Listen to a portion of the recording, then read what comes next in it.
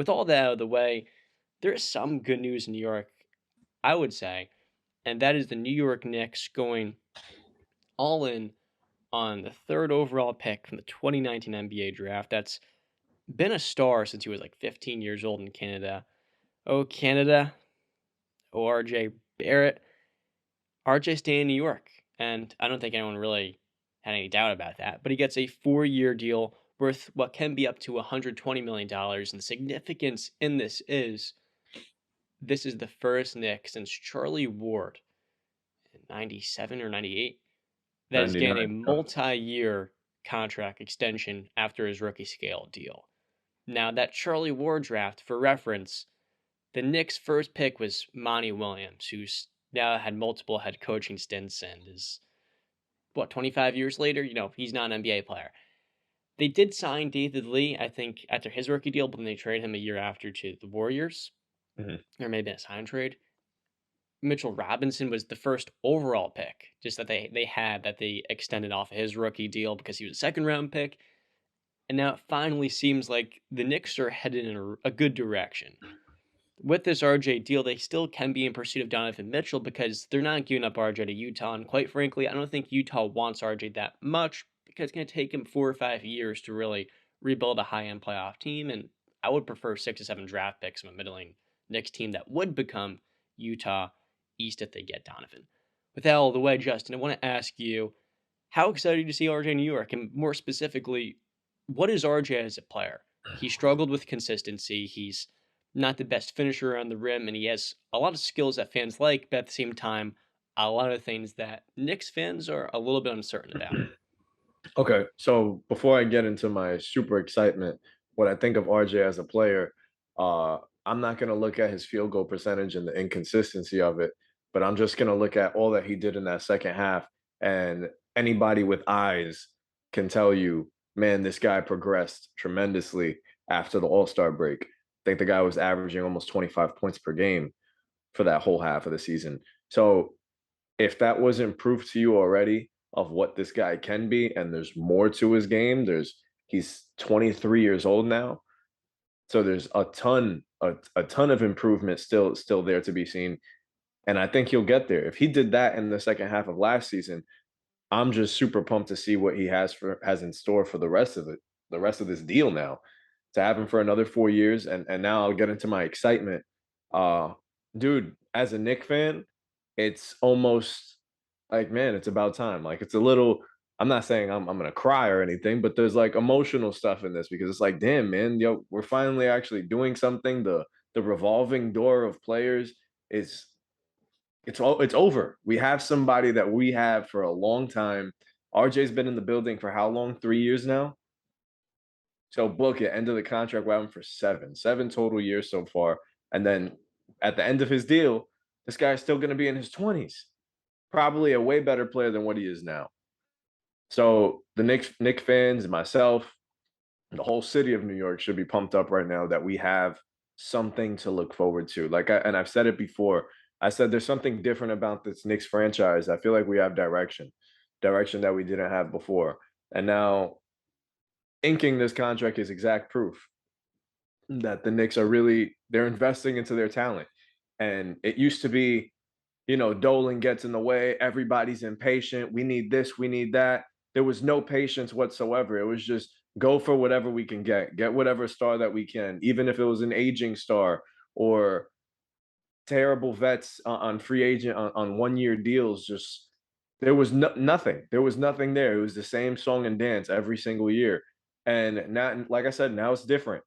It is different. The Knicks are coming, man.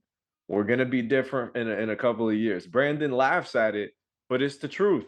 It's the truth. And you know what? The NBA wants to see the Knicks good. I don't care what anybody says. We're still in position to get Donovan Mitchell. Anything can happen. But all in all, I'm not even gonna make this a Donovan Mitchell thing. I'm gonna just focus solely on RJ. That's our guy. He's our New Yorker. He's become one of us. And I'm just super excited to see what the next 4 years are gonna be. So one thing I'll agree with right off the bat is that the NBA is better when the Knicks are a playoff team and a high rated team. That's no doubt about it. It's one of the biggest markets in the world. when a New York team or an LA team are hitting on all cylinders, it's better for the league. And Boston, I'll throw in there too. But yeah, so you said after the All-Star break, he was averaging 25. Now, if I'm not mistaken, the All-Star break is in mid-February, I believe. Um, so while you're true, yes. So in February there were let's see, 6 games that the Knicks played, and he averaged 28 points for those 6 games. But he was the Knicks were 0-6 in those in February. He also only shot 43%. He got to 39% from three in February, but he was still a 67% free throw shooter. Then you move to March, which is a much bigger sample size. Yes, he averaged 25 points a game for that, and he was up to a 79% from the free throw line, but 40% from the field and 31% from three. And then you look at to end the season in April with 4 games, 19 points per game, 64% from the free throw line, 26% from three, and 35% from the field.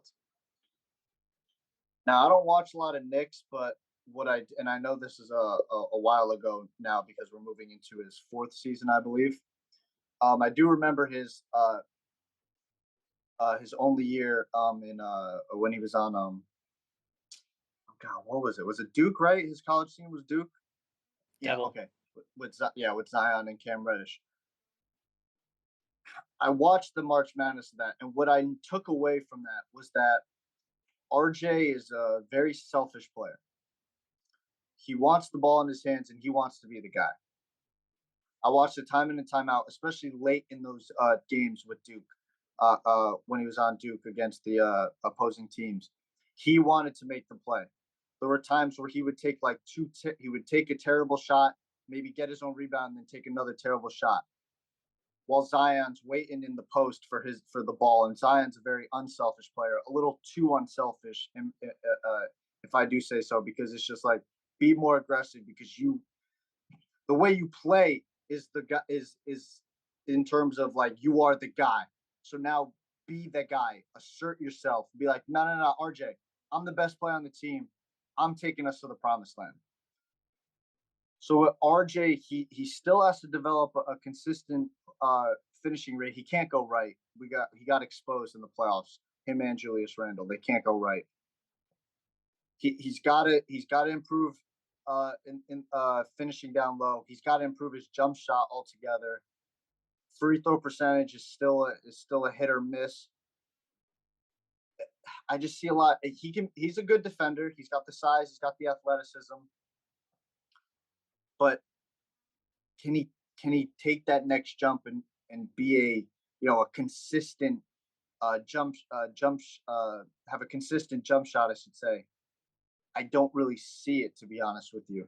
And I know he's young. He's only 22, and he's got time to make those strides. It's just I don't see it. And for the Knicks to get Knicks fans like Justin to get all excited with this pop and circumstance about the Knicks, we're coming, we're here again, like we're doing this again. We're doing this again. You guys are not doing anything.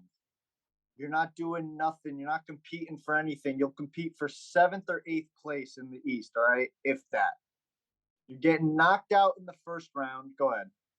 But I'm not saying that we're going to be contending for a title right now. What I'm saying, the Knicks are coming like that. We're finally building towards something. There's stability that has evaded the franchise for a long time.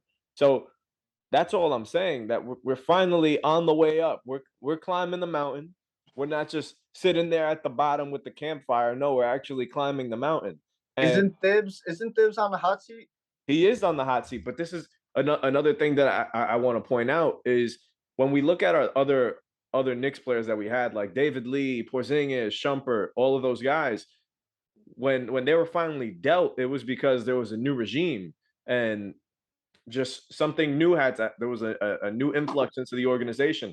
And that's the problem with the Knicks, that we need to have some consistency. So I challenge the Knicks. Yo, let's roll with this. Let's see what we got. Bet on it. because the second you start changing things too much, that's when everything goes to shit. Excuse my French. But that tends to be the chaotic portion of it. We go from head coach to head coach, GM to GM. Nothing's ever consistent. We need this. This Why is needs to that work. though? Why Well, is that's the inconsistent? Why is there inconsistency? well because I always, like I said earlier, I always felt like the Knicks are rushing. The Knicks are rushing to success. We play in the biggest market in the world. I feel like, first off, New York sports suck. Yeah. The only consistent winner that we have here is the New York Yankees. That is it. So every single team that plays in New York has to live up to whatever the Yankees are putting out. And while the Yankees ain't bringing us championships, that's another problem with me. But they're still giving us a consistent winner. We're playing October baseball. We need a consistent winner in basketball. Here's something I'll throw to you. How come you're New York, right? You're one of the biggest markets in the world. Why are these superstars and stars not trying to come to New York? First off, it's not New York, it's the Knicks. Okay. Because the Let's be Mets sure. can, yeah, it's the Knicks. And that's obviously ownership stuff, and we have consistently failed over the last 2 decades. My whole life, the Knicks suck. My whole Yeah. life, I haven't really known anything different than that. So it really comes down to the owner. But I'm not going to diss Dolan because he stayed out of the way. He's staying out of the way now. So I'm not going to point the finger at him and say, "Oh, we have a terrible owner." Listen, if we make a trade and we do land Donovan Mitchell, we have some pieces. Now we become a group that stars are going to look at and free agents are going to look at a little differently and be like, okay, this franchise is moving in the right direction. Maybe I want a piece of that. You know, So here's maybe I want to win in the Garden. So it's definitely possible. And you pointed out RJ Barrett's percentages. Like I said, I don't want to focus too much on that. He's a young player. He's taking a lot more shots than he's used to. It's going to happen. He's going to miss. Free throw percentage, that needs to go up. There's no excuse for you to be below 70%. Has to get up there. But I truly believe that at the end of the 4 years of this contract, we're going to look at it and be grateful that RJ Barrett's a New York Knick.